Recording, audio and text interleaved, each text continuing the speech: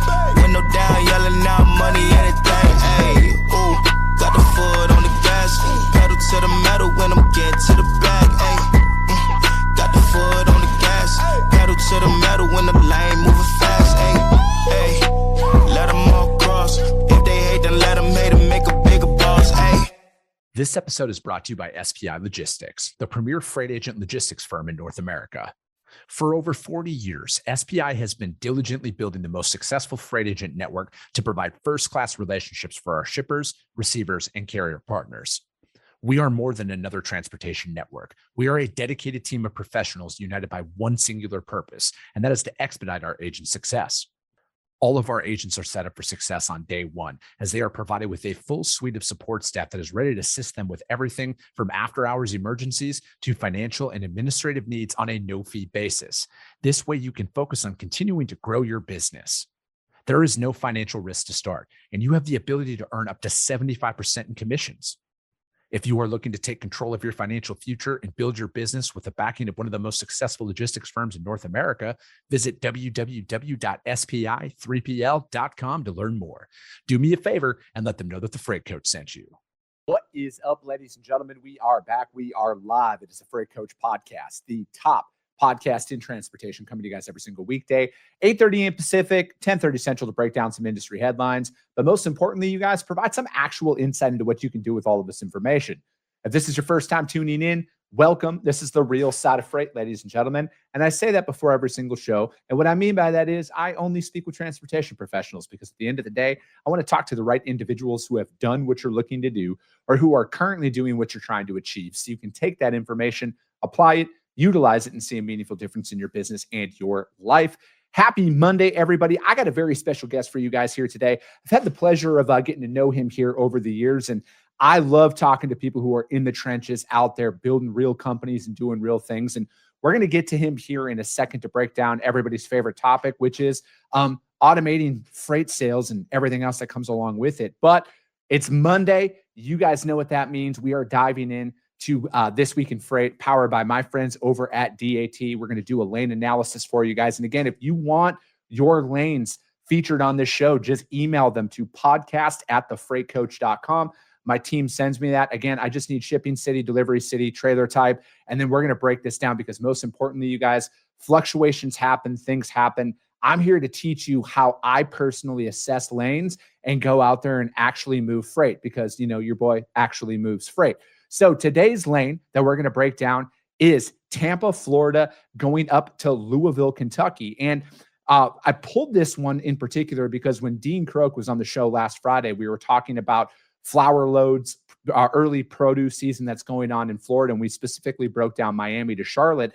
And I brought this one up because this is in the van side of things. And we were talking about how there's some bleed over and what that does during produce season and the spikes that come along with this. So as you guys can see on this year-long chart here, it performs the exact same way that Miami did for reefer freight. Okay, so what does that mean? Anytime there is a seasonal push for refrigerated freight, it affects the dry van lanes that are going out there as well. You're going to see a natural rate increase. So right now, it's kind of performing. It's about $100 higher than what it was at this time last year. And as you guys saw out there, Florida is hammering ELP and non-domiciled CDLs at a higher level than most states are. So that is naturally causing the rates to start to increase out there. And you can see this trend line, all right? So just like last year during this time, I would fully expect it to follow that exact same trend line throughout this year. So if you're going out there and you are trying to assess, how do I get long-term pricing with our customers? Because I think a lot of people are too much truck in hand and not thinking about the long-term relationship. I have some of my shippers that I work with, it's minimal that I'm out there with like contracted RFP pricing. A lot of them are truck in hand style quotes that come across, but I deliver them the exact same price throughout the year, because from my seat, somebody who, you know, actually moves freight, lanes don't jump as much as people want to think that consistently. All right. I'm not saying lanes don't increase in pricing, but like if you're going to get long-term customers, you got to weather some of these storms, especially around peak time and everything else, because we want to bring stability to our customers.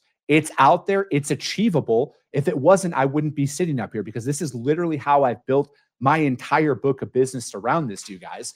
You don't need RFP customers to get air quote contract style pricing, because the majority of the freight markets that are out there, you guys, perform the same year in and year out. I'm not here to sell you fear. I'm here to sell you stability and how you can go out there and actually win long-term freight. And this lane is going to perform this way. It pretty much has every single year that I've ever moved freight. You guys, outbound Florida does the exact same thing every year, minus a couple of peak years that happened here recently. So again, you got to look at this, you guys, and you got to bring this consistency out to your customers. All right. Because if you're not, I guarantee you guys, somebody is. All right. So this lane, Tampa, Florida, Louisville, this is about as stable of a lane as you're going to find. And it's going to perform probably the exact same this year as we're going into the market. But as always, you guys, if you guys want your lane featured on this show, I will break it down. I just need you to email it over to my team,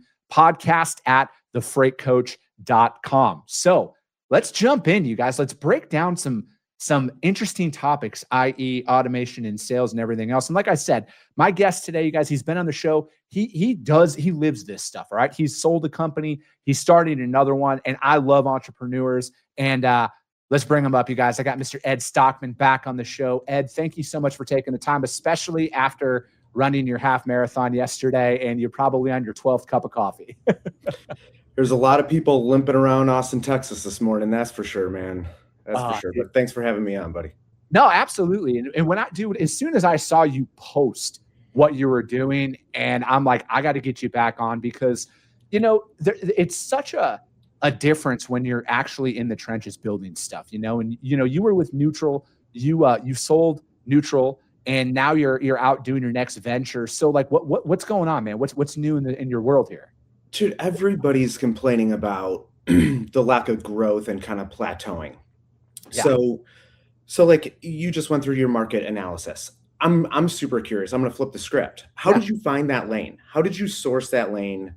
How did you find shippers that run that? Like, what made you, like, let's just dive into the prospecting stage here, because this is kind of interwoven with the interwound with the storyline here. So like, walk me through how you got to that lane. Like, how did you start moving freight for whatever shipper you're moving for? So the shippers and it's fun. I'm actually going to be releasing a show next week specifically on this topic, right? Because again, I feel like a lot of individuals overlook how you actually get customers and what you should do when you're starting fresh. Like, I've had, with me being just an absolute glutton for punishment, Ed, I love starting businesses with zero guaranteed revenue. I think it's awesome to go out there, and I'm being completely sarcastic. I would never advise somebody to walk out. But like, I look at it like this, man. I own my backyard. Like, out here in Arizona, I focused in Arizona. My business partner's in Minnesota. He's out there trying to find local shippers. And I think that is a logical first step. Everybody needs to own their backyard, especially if you don't have any customers, which a lot of people don't. And then again, it's like, well, how do I find shippers in the city that you live in? I look at it like this. What is your city known for? Most cities out there have that core commodity that's been shipping out of that location. Look, I'm born and raised in Wisconsin. Easiest way to put this, you will not find a dairy shipper outside of a 50-mile radius of every single city in the entire state of Wisconsin. They're everywhere, right? So it's like, I take this stuff and then I look at it is so many people are only focused on how do I get freight today? And I get that, right? Like, as somebody who's self-employed, I am very focused on how do I get revenue every single day. But I think there's a lot of fear in the market about, oh, it's so, it's fragile. It's so volatile. It's not. It is if you're constantly sourcing capacity every single day. And I when I go through this lane analysis now with DAT, it's all viewers submitted, right? So all listeners are sending in, and I'm just helping them assess the market. Like, if I see today's data, right? How would I go out there and source this lane for my customer 12 months out of the year? Because yes, there is inevitable spikes that happen, but if you're going to get business long-term, Ed, you got to weather some of those storms. There's going to be times where you're going to break even And then there's going to be times that you make money, or worst case, you lose a little bit of money, but that will always be cheaper than trying to get new business if you fail on a load. You're talking about local prospecting, and you're talking about setting up for, I think, the difference between paying your bills today and generating a business tomorrow and long term, something that's sustainable. And like, how do you balance that? So of course you got to keep the lights on and pay the bills today. That's your short term. I need a load. I need to move freight. I need GP today. But most of the good sellers, the good organizations take a much longer strategic approach to this. So what you're describing is your kind of like localized approach of knocking on the doors, banging on the doors of the folks that are within a proximity of where you live today. What are the tools you use? Like, obviously you could just go bang on doors. Yeah. That's one thing. It's just your brain and your grit. But are you using a Zoom info? Are you using, different types of mapping software? Are you using any other types of tools to be able to find the right contacts, find the right shipper? How do you understand what they ship? Do you care what they ship? Or is this more of like you're selling, steak knives door to door of, I don't know if you need this or not, but the only way I'm going to find out is if I knock on the door? Yeah, it's a combination of, it's kind of like all of the above, honestly, Ed. It depends on how much money you have, right? Because it's like, if you have no money in your bank account, Google is a phenomenal tool to use. It will list off businesses that are similar to that. And then you can use an Excel spreadsheet, right?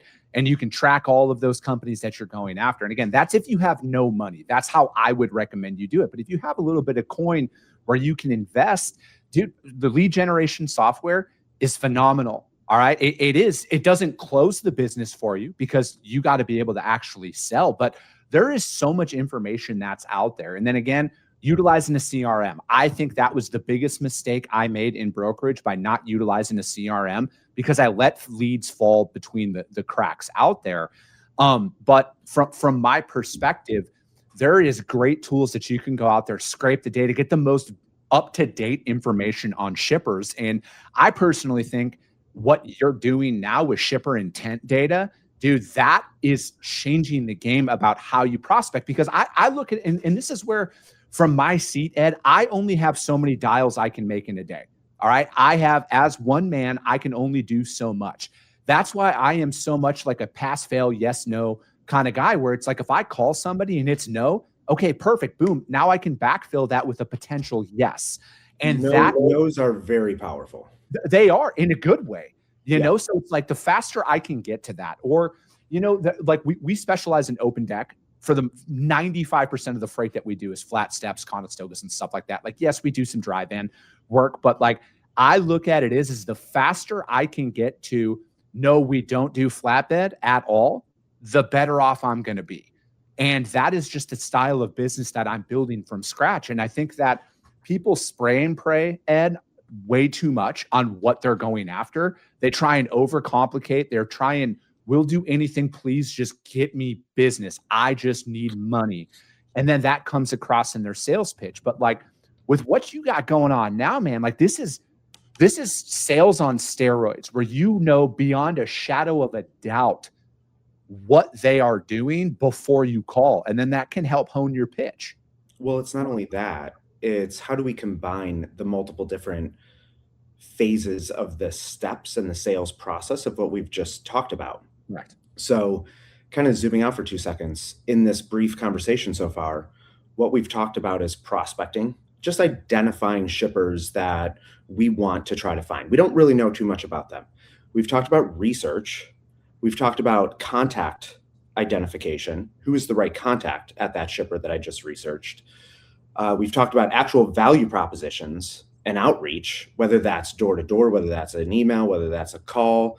But we've also talked about, making sure that we can have the right narrative, the right value proposition to these folks. So what I'm really looking to do is kind of consolidate all of that into one single tech stack, where Optimus now has the data. We're partnering with different factoring companies. We're taking in their data. We're running it through an ingestion engine that we have. We're looking at the shipper. We're looking at the receiver. And we're understanding the movement of goods throughout the country. Real transactions. These are not, These are not hypothetical transactions. It's raw data. I don't care about the carrier that moved it. I don't care about the price. I don't care about these types of data points. What I'm really, really laser focused on is if you told me a lead today or a lane today, that I understand the shippers that move that lane as much as possible. When you were doing your market analysis, I went ahead, I pulled up Tampa to Louisville, and I'm showing 102 companies that I have data on that have ran that lane in the last 30 days. Yeah. So like these now become very actionable leads that I can now go and have a real conversation with. And then if we double click into that company, I understand a little bit more about their company, where their distribution centers are. I understand their other lane patterns and networks. And then I could click search contacts, and I could go ahead and see exactly who the decision makers are in transportation logistics. So I'm trying to go very, very deep and narrow into making sure sellers in this industry, whether it's a trucking company or a carrier, or excuse me, a trucking company or a broker, have the best access to data that they have to be able to sell into another broker or another shipper. Yeah. That to me is what I mean by like sales on steroids, because like to have there is so much information that is out there now, Ed. And again, like not everybody has the industry experience that I do, that others do, where they can go to a company's website and be like, yeah, they're going to move it on this, and they're probably moving it into that. And that's why what you were saying earlier, I think, is one of the most overlooked steps in business development, because I look at it from my perspective. If I'm calling a company for the first time, I've never talked to anybody ever, I'm not going to ask them to marry me. Okay. And that's what a lot of sales reps do, right? Like I didn't get married on the first date. It took me a while to land my wife. And, but like, I think a lot of individuals they go for the kill shot right away. And for me, I'm just trying to get like, hey, how can I get just one yes out of them? Yes, we move flatbeds, or yes, we work with brokers. Okay, cool. I know how the market's performing. I know you get bombarded with people like this. Can I call you back in a month? And I'm trying to get them to verbalize that. Like, yeah, man, you can call me back in a month. Or they will tell me another valuable piece of information. Hey, Chris, we actually do not make any changes until November. So if you want any consideration, I need you to call me in November. How many dials did that save me between now and November by having that quick, brief 30-second conversation with them? And that to me is a very powerful stepping stone that a lot of people just completely jump over. I think I completely agree. And it also completely depends on the size of the shipper we're talking about, right? Like when I was, and the real genesis of this is my experience leading go-to-market teams in brokerage. So I've hired and built a lot of sales teams. And after I sold Neutral to Highway, it was something that like very naturally came up in a lot of conversations is, what are you going to do next? Like, are you interested in VP of sales, head of sales, chief revenue officer type positions at a brokerage? And I just heard a lot of the same problems over and over and over again. And the way I used to talk about it with my sales teams was, your value prop to a small customer, to a mid-sized customer, to a large enterprise customer is very different.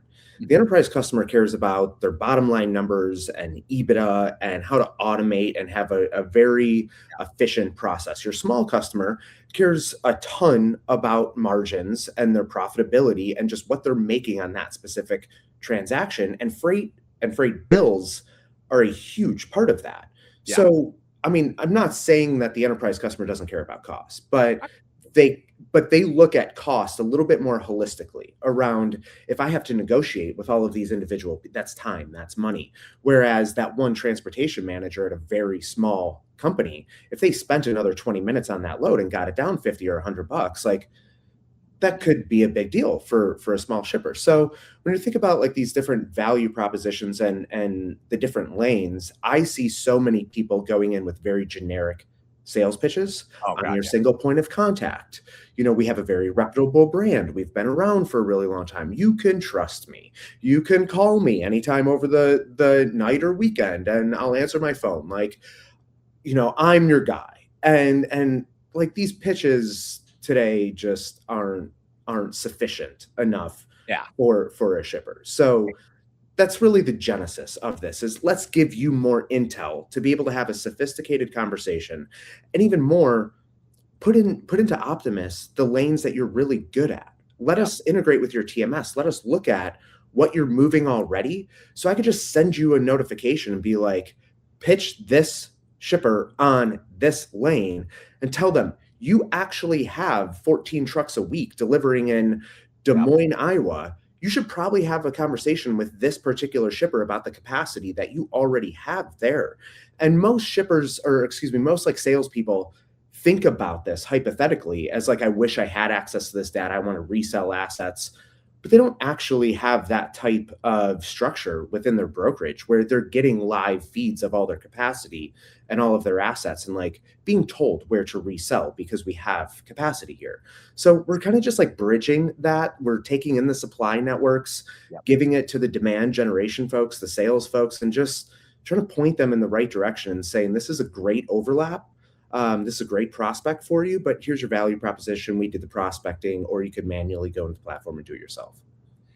I just, this is where I think a lot of organizations miss the mark, Ed, on where AI tools are at, because like I look at it like I want to arm myself and my team with as much information about said specific prospect as possible, because what you said earlier about the generic sales pitches that are out there, they're everywhere. I'm not going to sit here and lie and say like mine probably doesn't sound generic at time. I'm sure it does, right? Because like it all depends on the prospect and in the moment and in people's buying interest, and for me, I have just found that when I'm calling a customer, whether it's a dry van shipper, refrigerated shipper, flatbed shipper, it doesn't matter.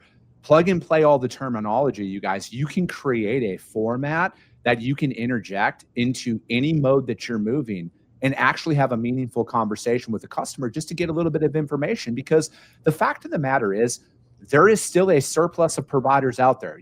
Like I'm not going to sit here and say that there isn't a shortage of people. People are reaching out to these organizations all day long. And if you think it's just freight, every industry, look at a building, if they have a vending machine, somebody's prospecting them every single day to try and get their vending machines in there.